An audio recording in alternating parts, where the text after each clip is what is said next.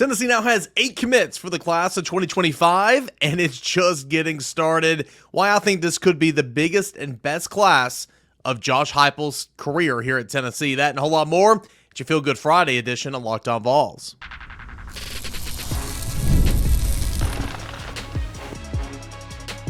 You are Locked On Vols, your daily podcast on the Tennessee Volunteers. Part of the Locked On Podcast Network, your team every day. Hey, good Friday morning, everybody. Welcome into Locked On Vols. I'm your host, Erik Ainge. Big shout out to Monopoly Go for bringing us this episode today. I admit it, I have a competitive side, and it was a big fan of Monopoly Go, the mobile hit twist on classic Monopoly. You can join your friends, download Monopoly Go today, now on the App Store and Google Play. Got a lot to get into today. Tennessee picks up its 8th commit for the class of 2025, and defensive back Sidney Walton. I'll tell you all about him, what he had to say about his commitment to Tennessee. In segment number 2, we catch up with the voice of the Lady Vols. That is Brian Rice to talk about Kim Caldwell, her assimilation of her staff, transfer portal needs, all that and more for the Lady Vol basketball team in segment 2. And we get you set for a monster weekend in the Commonwealth. Tennessee number 4 at Kentucky number 3, and why the winner of this series is, my opinion, is going to go a long way in this baseball season. That and a whole lot more coming up here on today's Locked On Vols. We are free. You can watch us, listen to us, download us, subscribe to us, follow us, all that for free wherever you get your podcasts, and of course, Locked On Vols on the YouTube channel. So, who is Sidney Walton?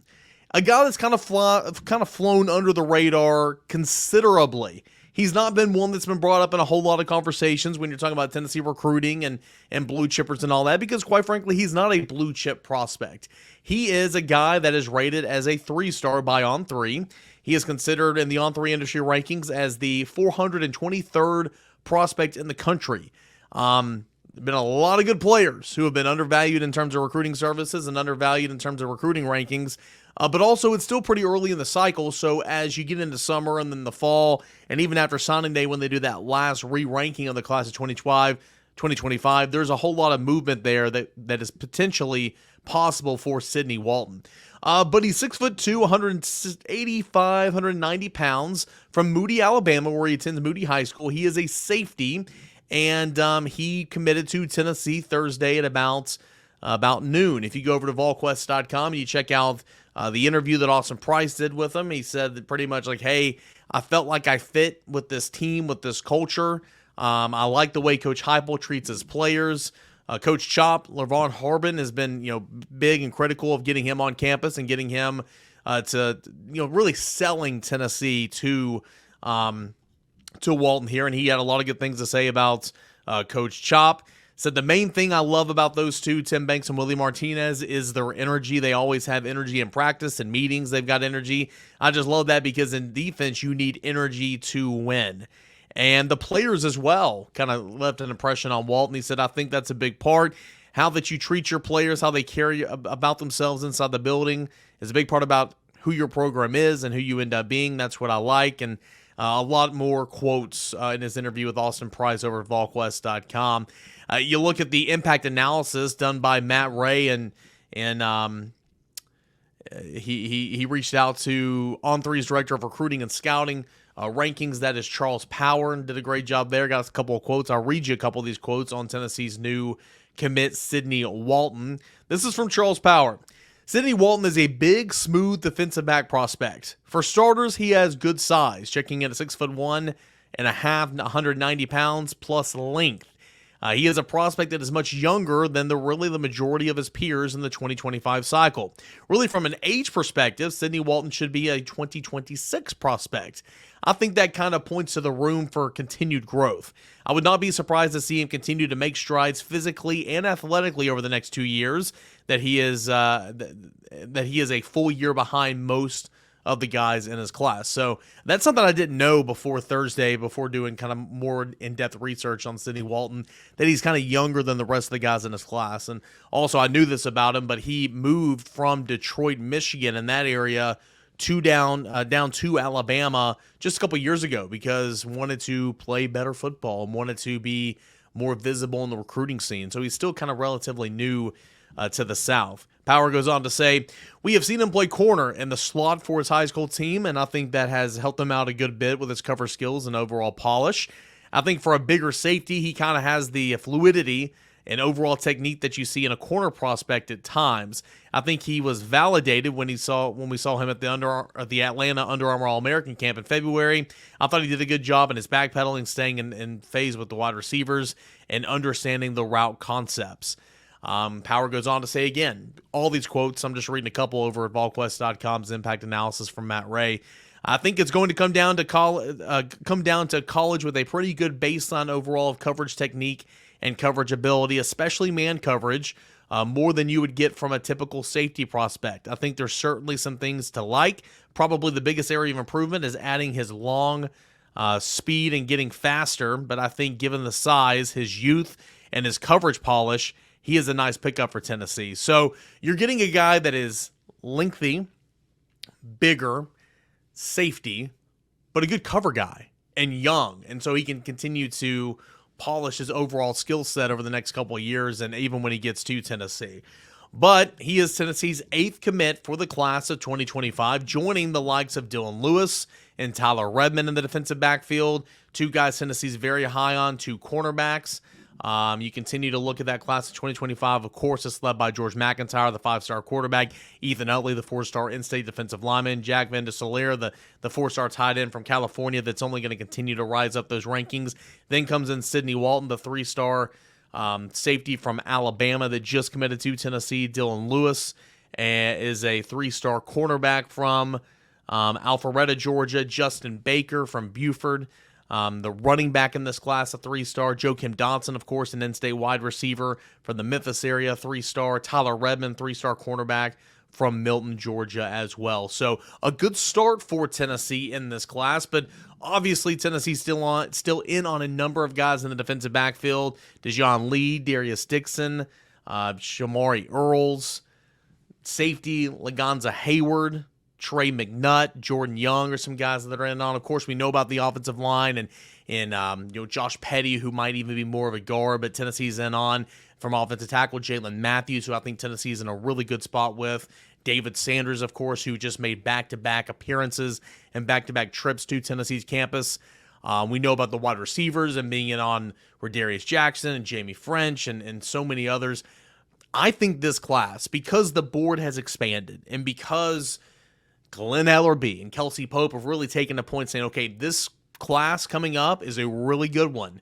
So even if you miss out on your top 2 targets that you like the most, because these positions are so good and so deep, cast that net wide and get guys on campus. And that's exactly what they've done really for the entire class, but specifically for offensive line and a wide receiver. But I think this class has a potential. I think there's a couple of heavy hitters. Of course, George McIntyre, Ethan Utley are already in here. I think Radarious Jackson's in a pretty good standing with Tennessee. Again, I think Jalen Matthews is in good standing with Tennessee. I think Tennessee's done a great job with David Sanders. The list can go on and on and on. So I'm intrigued to see kind of how this recruiting cycle takes shape over the next couple of months. Of course, we know we're in April now. Spring practice is over. You got those June officials coming up, which are just huge and monumental. You got the Memorial Day weekend coming up. That's a big weekend. And you can really kind of start seeing the pillars of what this class is going to be before things slow down and you try to put the finishing touches on it in the fall. But Tennessee gains the commits of safety Sidney Walton from the Yellowhammer State, formerly of Detroit, Michigan, and all that coverage you can find over at VolQuest.com on his commit. Hey, when we come back, we're going to check in with Brian Rice, voice of the Lady Vols. He's going to tell me what he thinks about Tennessee's hire of Kim Caldwell and how she's assembling her staff and attacking the transfer portal for her current roster. All that and more. It's coming up next as we continue on with a Friday Locked On Vols. We've all been there, either as a player or a fan. It's halftime and the scoreboard, it's not looking good. So you're feeling low, not sure you or your team can pull out that W. That's when you got to dig deep. Lift your head up and say to yourself, time to get back in the game, pull off some bank heists, and take as much of my friend's money as I possibly can. That's right, the smash hit mobile game Monopoly Go lets you compete with your friends to get the most riches and the biggest empire. if it's the Monopoly you love, but on your phone anytime with tons of new twists, including leaderboards to compare your progress to your buddies. There's so much to do, like you can play on countless dynamic Monopoly boards out there, make your friends go bankrupt by smashing their landmarks with a wrecking ball, charge other players rent for your iconic properties. You can even work with your friends, if that's what you're into, to crack open community chests and vaults and tournaments to get extra rewards and climb that leaderboard. So, it's halftime, guys. Get back out there. Get back in the game. Put your game face on and download Monopoly Go now free on the App Store and at Google Play. So big shout outs to Monopoly Go and also our friends over at eBay Motors. Passion, drive, patience. The formula for winning championships is also what keeps your ride or die alive. eBay Motors has everything you need to maintain your vehicle and leveled up to peak performance. Superchargers, roof racks, exhaust kits, LED headlights, and more. Whether into speed, power, or style, eBay Motors has got you covered. With over 122 million parts for your number one ride or die, you'll always find exactly what you're looking for. And with eBay's Guaranteed Fit, your part is guaranteed to fit your ride anytime or your money is back. Because with eBay Motors, you're burning rubber, not cash.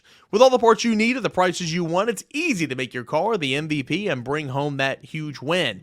Keep a ride or die alive today at ebaymotors.com. Eligible items only. Exclusions apply. eBay Guaranteed Fit, only available to U.S. customers. More of Locked On Vols coming up next here on a Friday morning. Got the voice of the Lady Vols, Brian Rice. He's also the guy that carries all the weight for the Erik Ainge Show, 9 to noon on The Sports Animal. Brian, appreciate the time, man. It's been, I guess, about 10 days, 2 weeks, whatever it is. Time flies when you're having fun. Kim Caldwell, Lady Vols head basketball coach.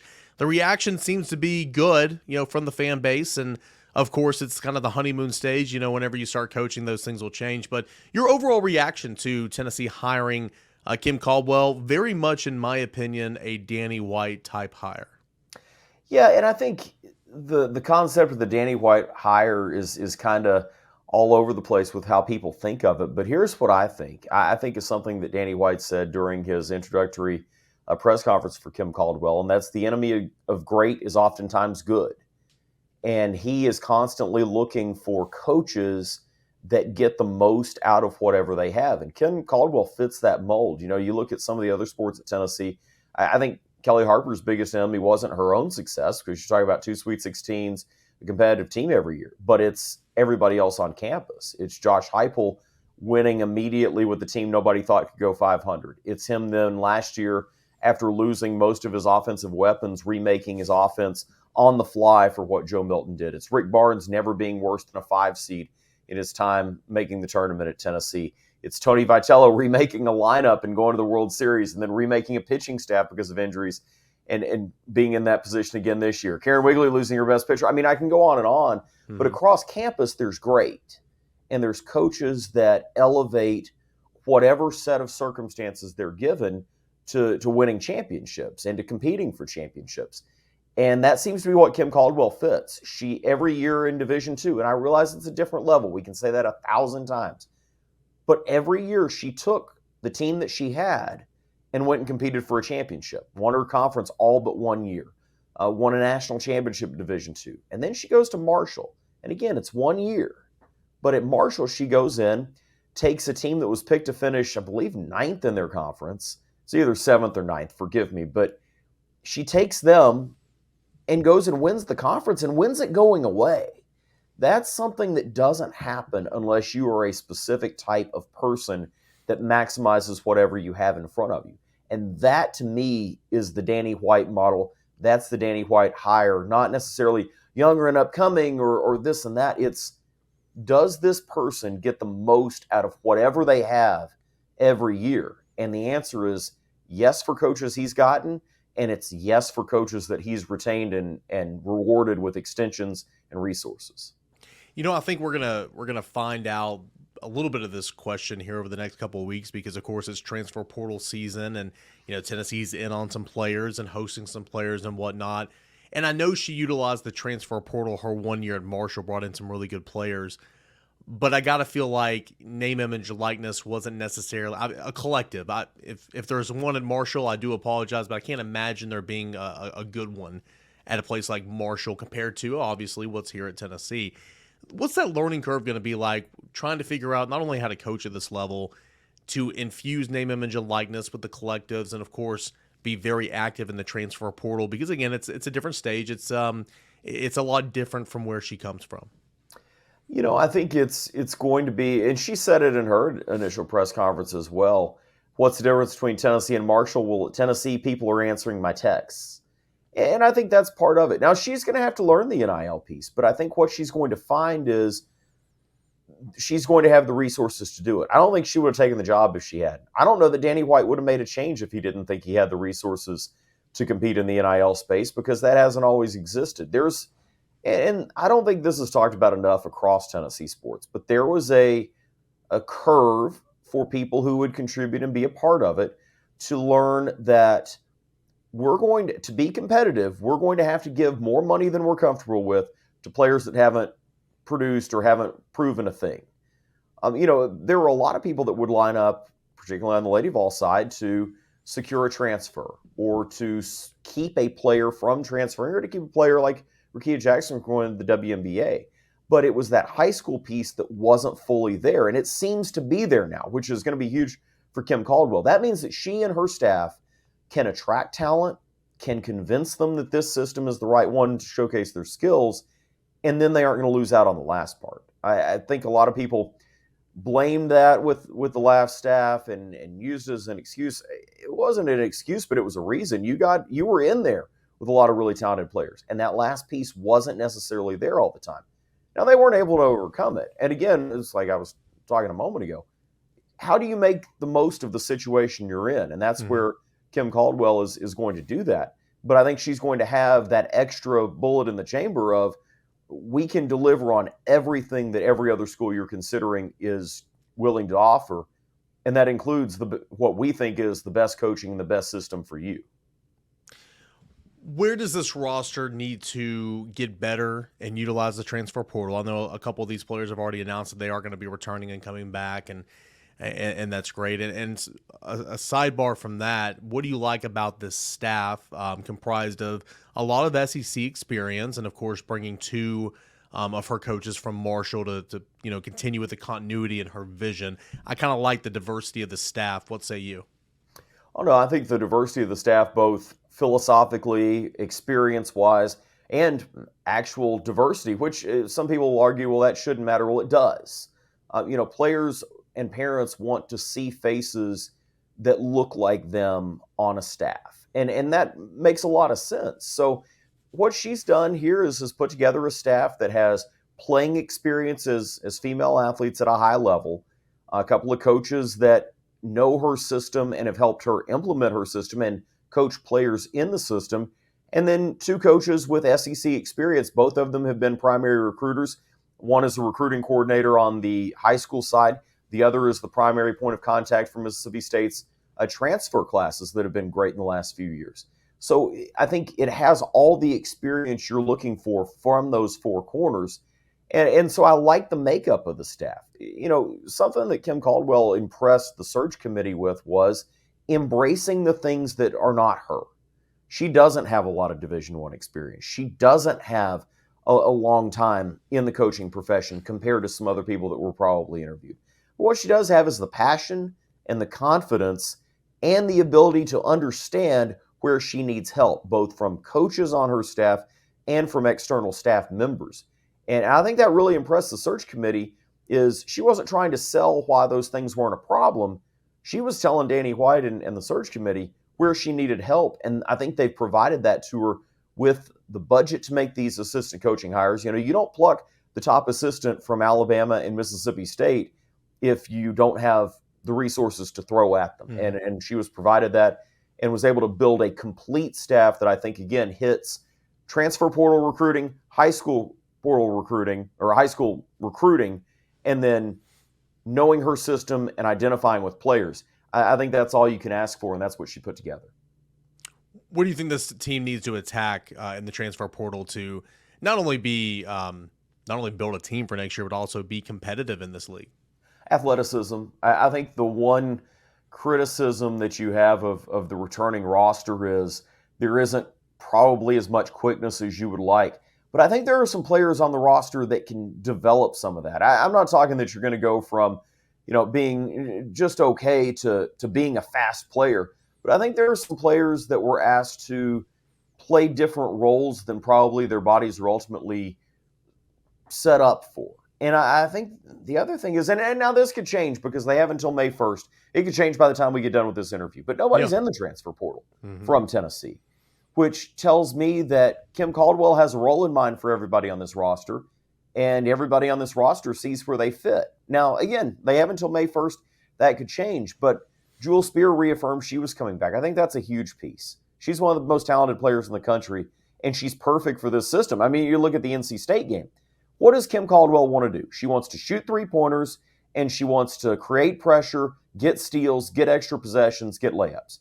Well, Jewel Spear at the end of the NC State game runs up the court, knocks down a three, sprints for the inbounds pass, steals it, and lays it in. Now, the steal and the layup were negated by a phantom timeout, but as soon as Kim Caldwell's hired, I'm thinking Jewel Spear had better stay because this is perfect for her. Destiny Wells that sat out most of last year with a torn ACL. If she's back and she's in condition, she's a perfect player for this system because that's what she did when she was at Belmont. Sarah Puckett, Tess Darby, Caroline Strickland, they are all versatile players that can play inside, play on the perimeter. Most importantly, they're all three good defenders that can shoot the three. It's exactly what she needs. And I'm leaving some players out, but I look at the players that are coming back, and each one of them fits into a role for Kim Caldwell. And that's a big help if they all stay. Brian Rice, great stuff. Of course, he is the voice of the Lady Vols, not only basketball, but softball as well. Where's softball going to be this weekend? And, of course, what do you guys got coming up on the Erik Ainge Show with Brian Rice, 9 to noon, Monday through Friday? Big series this weekend at Sherry Parker-Lee Stadium, Tennessee and LSU, another top 10 matchup. If Tennessee can win the series, then they are in very, very good shape to potentially clinch an SEC championship in Tuscaloosa next weekend. But 3 series left, LSU at home, Alabama on the road, and then Kentucky at home to wrap it up on senior weekend. Number 4 team in the country and currently leading the SEC by 2 games. Again, big one this weekend, sellout crowd expected all 3 days. And then, the EA Show, our usual slice of fun, sports, and nonsense every day from 9 to 12 and 10 to 12 up in the Tri-Cities on the Sports Monster as well. Great stuff there from Brian Rice, voice of the Lady Vols, and of course co-host with Erik Ainge, VFL quarterback Erik Ainge on 99.1 The Sports Animal. I hope to bring him on more next basketball season to give us maybe even some weekly reports on the Lady Vols, but good stuff there. All right, when we come back, we'll get you set for a top 4 showdown, top 3 showdown, depending on the poll you're looking at. It is Tennessee baseball at Kentucky. Huge weekend coming up. That's coming up next as we continue on with Locked On Vols. GameTime is now an authorized ticket marketplace for Major League Baseball as the Major League Baseball season has just begun, which makes getting tickets even faster and easier. Prices on the GameTime app actually go down closer to it gets to first pitch. Really, the GameTime app, you can buy tickets to your events, your games, your concerts, your monster truck rallies, anything going on at TBA at the FCC. That's what I've free. The Thompson Bowling Arena at the Food City Center. You can buy tickets to those events on the GameTime app. And just like I said right there, for the procrastinator, if you're like me, the closer you get to the event or the game, the prices are going down on the GameTime app. Plus, they have the lowest price guarantee. So what that means is if you find a cheaper ticket in your same section that you bought your ticket on GameTime, they're going to give you 100% credit of that. They're going to match it. And it's pretty much called the lowest price guarantee. They even have event cancellation protection and job loss protection as well. They got flash deals, zone deals, all-in prices, views from your seat, lowest price guaranteed, and the GameTime ticket coverage. Your purchase is covered with the most flexible customer service policy in the ticket industry. So take the guesswork out of buying tickets with GameTime. Download the GameTime app, create an account, use the promo code LOCKEDONCollege for $20 off your first purchase. Terms apply. Create an account, redeem code LOCKEDONCollege, LOCKEDONCOLLEGE, LOCKEDONCollege for $20 off. Download GameTime today. Last minute tickets, lowest price, guaranteed. Baseball preview for Tennessee and Kentucky. That's coming up next here on Locked On Vols. Okay, big weekend coming up. You've got number 4 Tennessee on the road, traveling to number 3 Kentucky. And depending on what poll you look at, it could be number 2 Tennessee traveling to number 3 Kentucky, or number 3 Tennessee traveling to number 4 Kentucky. Again, it's baseball's got about 5 national polls. Only one of them's worth a darn, in my opinion. Maybe a couple more, but 2 really good baseball teams are going to be at it here on a weekend slate. Kentucky, which here in years past has started off pretty hot. Okay, 14-1 in conference play. Literally, they've swept 4 of their 5 conference series so far. They've lost 1 game in conference play. It was 1 game to Missouri at Missouri and Como. They have swept Georgia. They have swept Ole Miss. They have swept Alabama. They have swept Auburn. Common opponents. Tennessee has played Auburn, won a series. Tennessee played Alabama, lost a series. Tennessee played Ole Miss, won the series. Tennessee played Georgia, won the series. A lot of common opponents here, and Kentucky's done it just a smidge better, but still, we're going to find out how good Kentucky is this weekend, and we're going to find out how good Tennessee is this weekend as well, because Tennessee's sitting pretty as well, 31-6 on the year, 10-5 in SEC play. As we know, Tennessee at this point in time last year, at the halfway mark of SEC play, Tennessee was 5-10. But Tennessee now is 10-5. And man, it's going to be a really, really good showcase in my estimation. Kentucky was the preseason 5th team in the SEC, picked to finish 5th in the SEC. And catcher Devin Burks, who is questionable for the series, has a little bit of a hammy issue. He was their lone preseason all-conference nod before the season started. What's been so good about Kentucky, and if you look at the stat sheet, and I talked about it with Luke Lipsius on the Porch podcast, I encourage you to go check that out and listen to it and watch it over at VolQuest.com. I put it out yesterday, and I couldn't agree more. If you look at Kentucky on paper, boy, is it average. I mean, boy, is it average. Look at Kentucky's arms. They are 4th in the SEC with an ERA of 3.91. Tennessee's right above them at 3rd, 3.76. Last in strikeouts at 303 on the season, giving up the second fewest hits, 251. They've also given up the fewest home runs in the league at 26, but here's the caveat, something's got to give here. Kentucky's given up the fewest home runs in SEC play. Tennessee leads the nation in home runs with 101. So something's got to give right there. But they've been really solid on the mound because, for the most part, they've had the same 3 guys. Now, the opening day starter and the guy that pitched every Friday for the first 5 weeks of the season, Travis Smith, he has been removed from his Friday night role and put in the bullpen. Travis Smith, in 5 SEC starts, or 5 starts to begin the season, he gave up 20 runs, 18 earned off 25 hits. In 3 bullpen appearances since being removed from the starting rotation, he's tossed 7 innings, allowed 1 run off just 4 hits, 6 strikeouts, 3 walks.